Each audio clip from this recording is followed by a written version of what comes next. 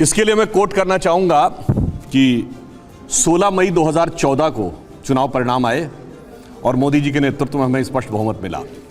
18 मई 2014 को लंदन के Sunday guardian ने लिखा कि 16 मई 2014 का दिन should be considered as India second tryst with destiny and it should be considered with the day on which Britishers finally left India. क्योंकि उसने कहा कि आजादी के बाद लंबे समय तक ऐसे लोगों का शासन रहा जिनकी विचार और प्रेरणा में ब्रिटिश कॉलोनियल लीगेसी यानी ब्रिटिश औपनिवेशवादी विरासत का प्रभाव था। पहली बार एक ऐसे दल या संगठन के हाथ में पूर्ण सत्ता आई है जिसके ऊपर कोई विदेशी प्रभाव नहीं है। अब हुआ क्या उसके आने के बाद? 50 करोड़ लोगों को जनधन खाता मिला, 55 करोड़ लोग आयुष्मान भारत में यानी जिसमें स्वास्थ्य का बीमा था उससे कवर हुए, 5 करोड़ लोग उसका लाभ भी ले चुके हैं। हर गांव में बिजली पहुंची। वो लोग भी करने का प्रयास कर रहे थे। कई देखिए, मैं कहता हूं 3 प्रकार के कार्य होते हैं। एक जो पिछली सरकारें भी कर रही थी, हमने भी किया, ज्यादा तेज गति से किया, ट्रांसपेरेंसी से किया। कुछ जो पिछली सरकारें सोच रही थी और हिम्मत नहीं कर पाई वो किया, और कुछ जो पिछली सरकारें सोच ही नहीं पाई। तो बिजली, पानी, सड़क, उसमें हमने क्या किया, सारे डिटेल्स आपको मिल सकते हैं। जो इन्होंने सोचना था मगर कर नहीं पाए, जैसे जीएसटी, हमने वो इंप्लीमेंट करके दिखा दिया। तीसरी कुछ ऐसी चीजें हैं जो ये सोच भी नहीं पाए होंगे, जैसे सोलर एनर्जी में भारत बहुत आगे बढ़ा, वो तो एक अलग बात है, मगर एक इंटरनेशनल सोलर अलायंस बनेगा और उसका केंद्र भारत में होगा, यानी हम विश्व में सौर ऊर्जा के नेता बन के उभरेंगे। यह किसी को समझ में नहीं आया होगा। यह बदलाव हमारे टाइम में आया। प्रति व्यक्ति आय 86,000 रुपए थी, अब 1,82,000 रुपए हो गई, यानी डबल हो गई। 5वीं बड़ी अर्थव्यवस्था बन गए। मोबाइल मैन्युफैक्चरिंग में 2nd नंबर की दुनिया में देश बन गए। कार मैन्युफैक्चरिंग में भी 3रे नंबर के देश बन गए। सौर ऊर्जा में हम बहुत आगे निकल गए। और बाद में कहूं क्या बदलाव आया? आज श्री राम जन्मभूमि का उभरता हुआ मंदिर देखिए, महाकाल का कॉरिडोर देखिए, काशी विश्वनाथ का कॉरिडोर देखिए, और इतना ही नहीं, उभरता हुआ भारत की शक्ति का प्रतीक नया संसद भवन देखिए। तो यह बदलाव आया कि अरुण गगन पर महाप्रगति का अब ये मंगल गान उठा, करवट बदला अंगड़ाई ली, सोया हिंदुस्तान उठा। इनके और उसमें यही अंतर है।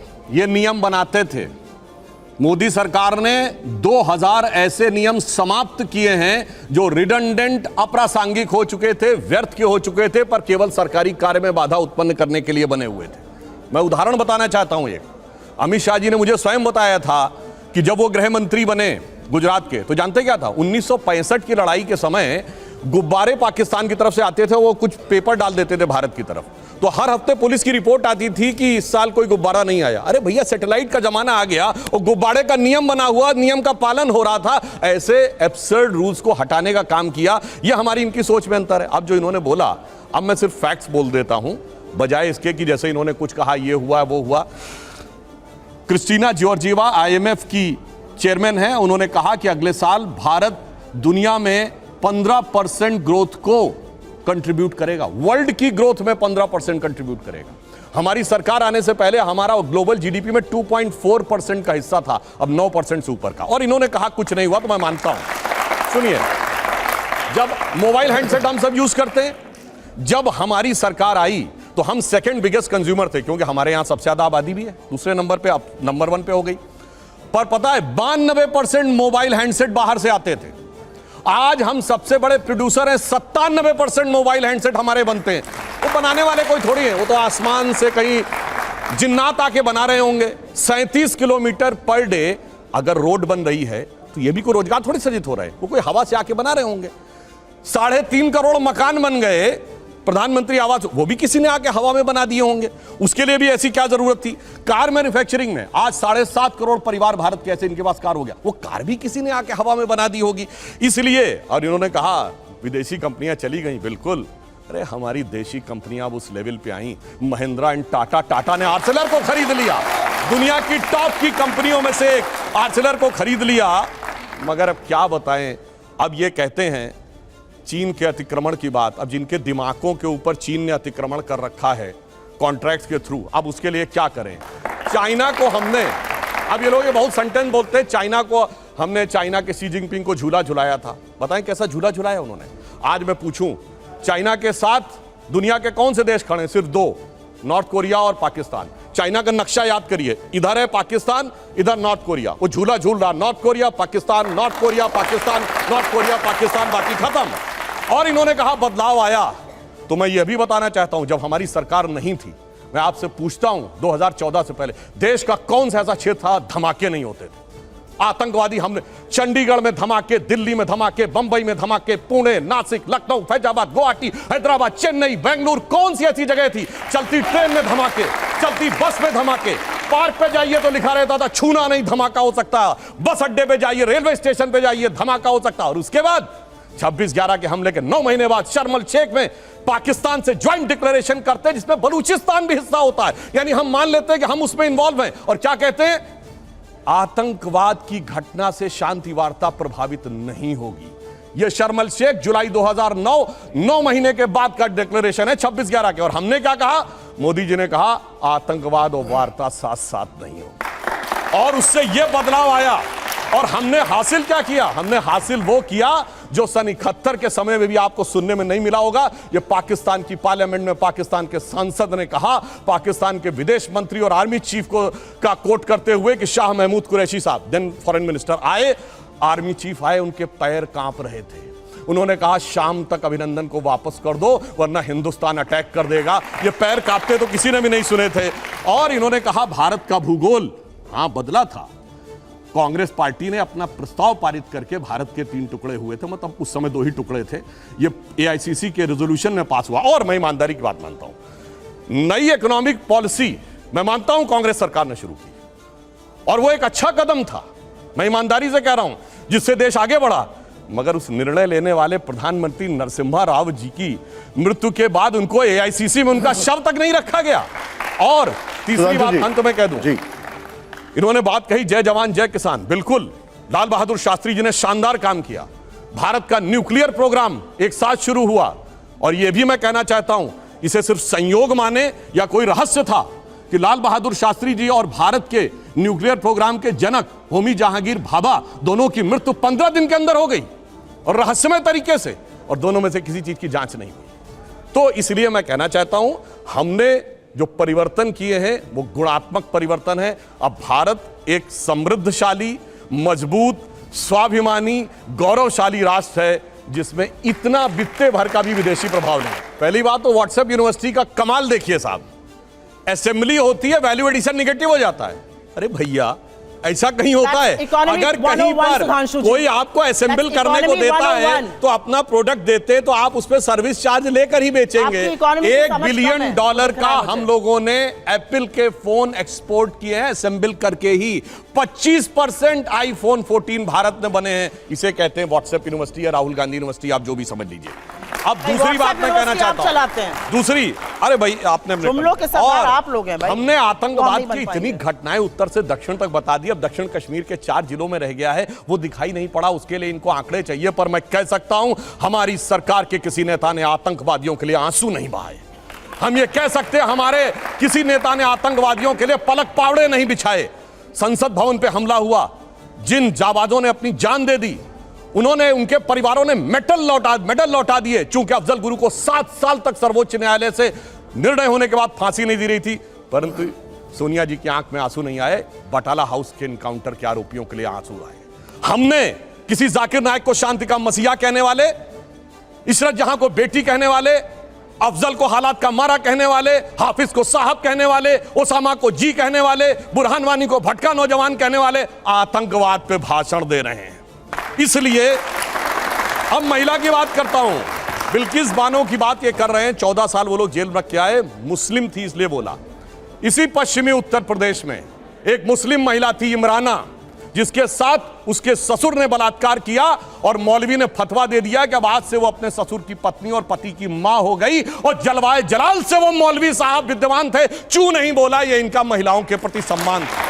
हमारे यहां किसी ने नैना साहनी को तंदूर में जलाया, छोड़िए वो सब आरोप प्रत्यारोप। मैं तो 100 बात की बात कहना चाहता हूं, वो कहां गए उन लोगों का सम्मान करते थे जिन्होंने कश्मीर वैली में लिखा, छोड़ के चले जाओ हिंदुओं से और अपनी बेटियों को छोड़ जाओ।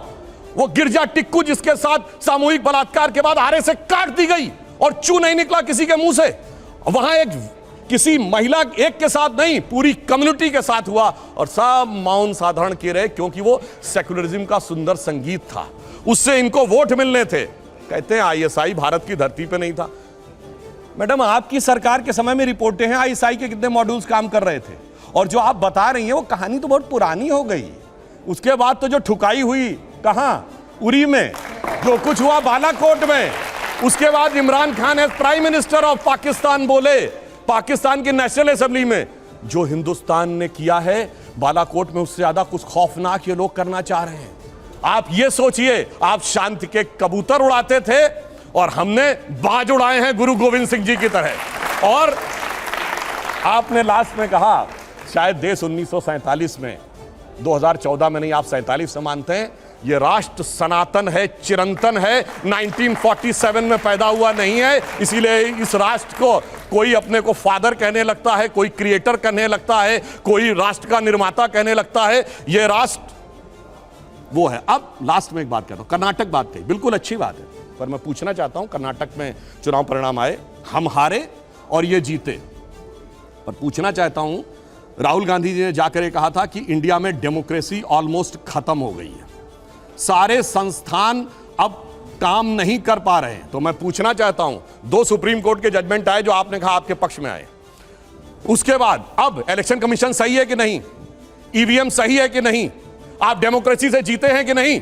कर्नाटक में? मेरा मानना है कि अगर हम ईमानदारी से स्वीकार करते हैं हम कर्नाटक में हारे हैं, कांग्रेस को ईमानदारी से क्षमा मांगनी चाहिए कि आगे से हम अपने राजनीतिक हित के लिए विदेश की धरती से जाकर कभी इस देश को बदनाम करने की कोशिश नहीं करेंगे। और पुनः मैं कहना चाहता हूं, आज मैं विनम्रता से और चुनौती से पूछता हूं, G7 कंट्रीज और G20 कंट्रीज में एक देश बताएं जहां महंगाई की दर हमसे ज्यादा हो और विकास की दर हमसे कम हो। हम दुनिया में सबसे बेहतर स्थिति। अब आता हूं गलवान पे।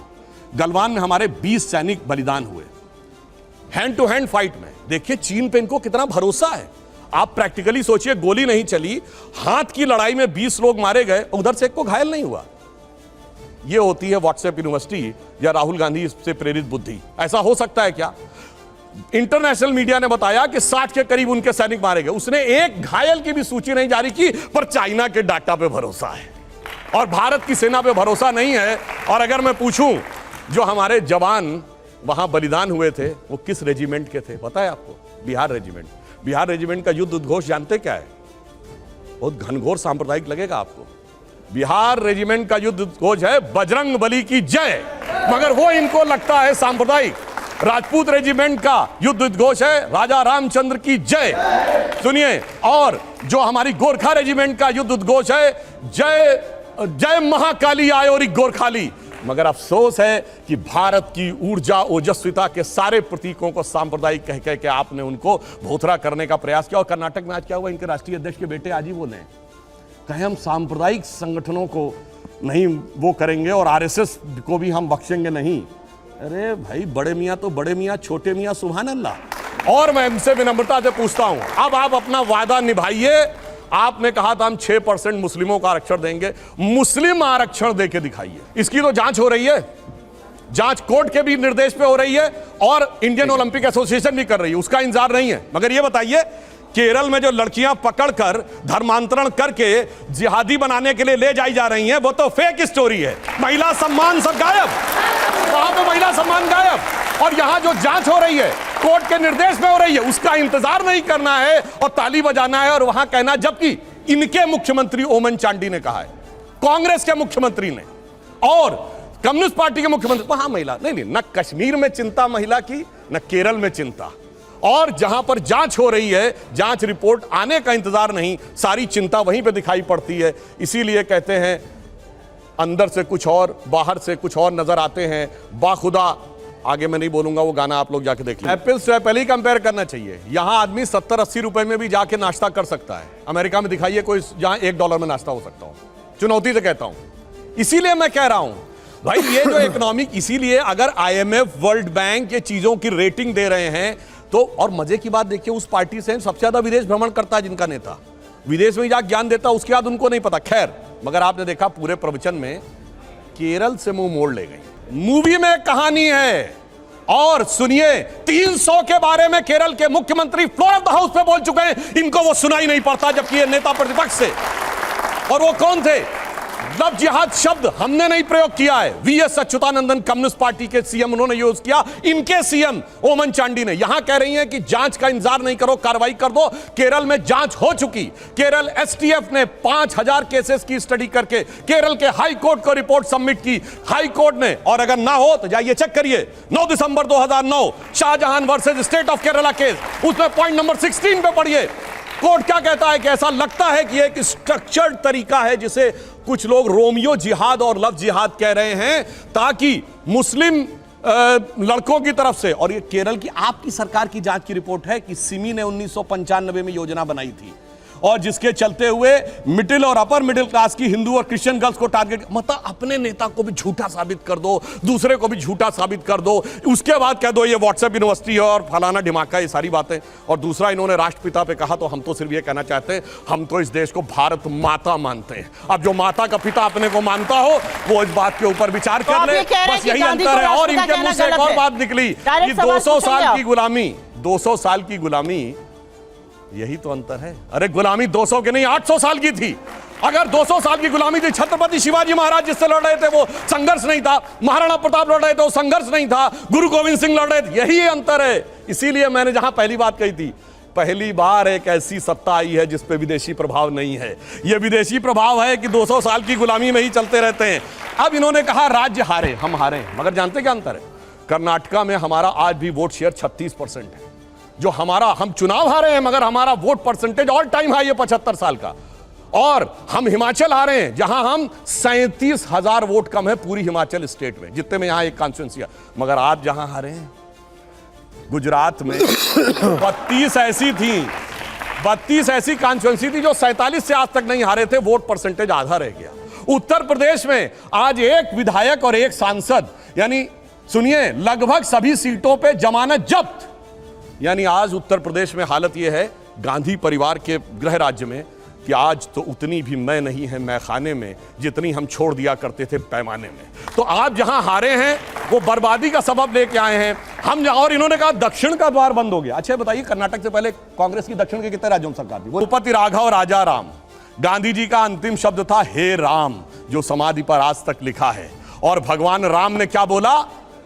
जननी जन्मभूमिश्च स्वर्गादपि गरीयसी। यदि वो इस देश को अपनी माता मानते हैं तो आप कैसे कह रहे हैं कि उनसे, राम से ऊपर उनका कोई पिता हो गया? तो अब दूसरी बात मैं कहता हूं, और आपने तो 2007 में कोर्ट में हलफनामा दिया कि भगवान राम काल्पनिक थे, गांधी की आत्मा की हत्या की आपने। शरीर का हत्यारा मैं कहने को तैयार हूं कि उसको मुर्दाबाद कहिए, आप कहिए आत्मा का हत्यारा गांधी परिवार मुर्दाबाद, बोलिए, मैं बोलने को तैयार हूं। आप जोर से बोलिएगा। गांधी की आत्मा राम को कह दिया कि वो थे ही नहीं, यानी महात्मा गांधी की समाज पे लिखा हे राम गलत है, झूठ है। बोलिए, एक कांग्रेस कब बनी थी? 1885। संस्थापक कौन था? एलन ऑक्टेवियम ह्यूम, ब्रिटिश सरकार का सेक्रेटरी। पहले अध्यक्ष कौन थे? विमेश चंद बनर्जी, जाके इंग्लैंड में बस गए। 1885 से लेकर 1910 तक एक नहीं अनेक ब्रिटिश सरकार के सेक्रेटरी कांग्रेस के अध्यक्ष रहे। कौन? विलियम वैडनबर्न, जॉर्ज यूल, अल्फ्रेड रोब। और 1910 में भी कांग्रेस का अध्यक्ष विलियम वैडनबर्न था, जो ब्रिटिश सरकार का सेक्रेटरी था, जिस वर्ष में वीर सावरकर को 2 जन्मों की कारावास की सजा हुई थी। इसलिए मैं पूछना चाहता हूं कि ये कहते हैं कि इन्होंने स्वतंत्रता का आंदोलन लड़ा, तो एक कांग्रेस का नेता बताइए जो अंग्रेजों को गोली से मारा गया हो। एक कांग्रेस का नेता बताइए, राष्ट्रीय अध्यक्ष स्तर का बड़ा नेता जो फांसी चढ़ा हो। एक नेता बताइए लाला लाजपत राय को छोड़कर जिसने लाठियां भी पड़ी हो। एक कांग्रेस का नेता बताइए जिसको काला पानी भी हुआ हो, और उसके बावजूद उन्होंने ही सारा स्वतंत्रता संग्राम लड़ा। यानी मुझे देखकर तो याद आता है, सारा क्रेडिट वो ले गए कि नौरंगी सियासते दौरान तो देखिए कि मंजिल मिली उन्हीं को जो शरीके सफर न थे, और आके हम लोगों को ज्ञान देने का प्रयास कर रहे हैं। और मैं एक और बात कहता हूं, अभी संसद का भवन का उद्घाटन हुआ जो इरविन ने किया था। इरविन के साथ कांग्रेस का पैक्ट 1931 मार्च में हुआ। मार्च 1931 से 15 अगस्त 47 तक केवल 1942 का भारत छोड़ो आंदोलन, जो 2 महीने में अंग्रेजों ने सप्रेस कर दिया था, कुचल दिया था, इसके अलावा एक आंदोलन बताइए 31 से 47 कौन सा पैक्ट किया था इरविन से? बोलिए 31 से 47 तक कौन सा आंदोलन किया?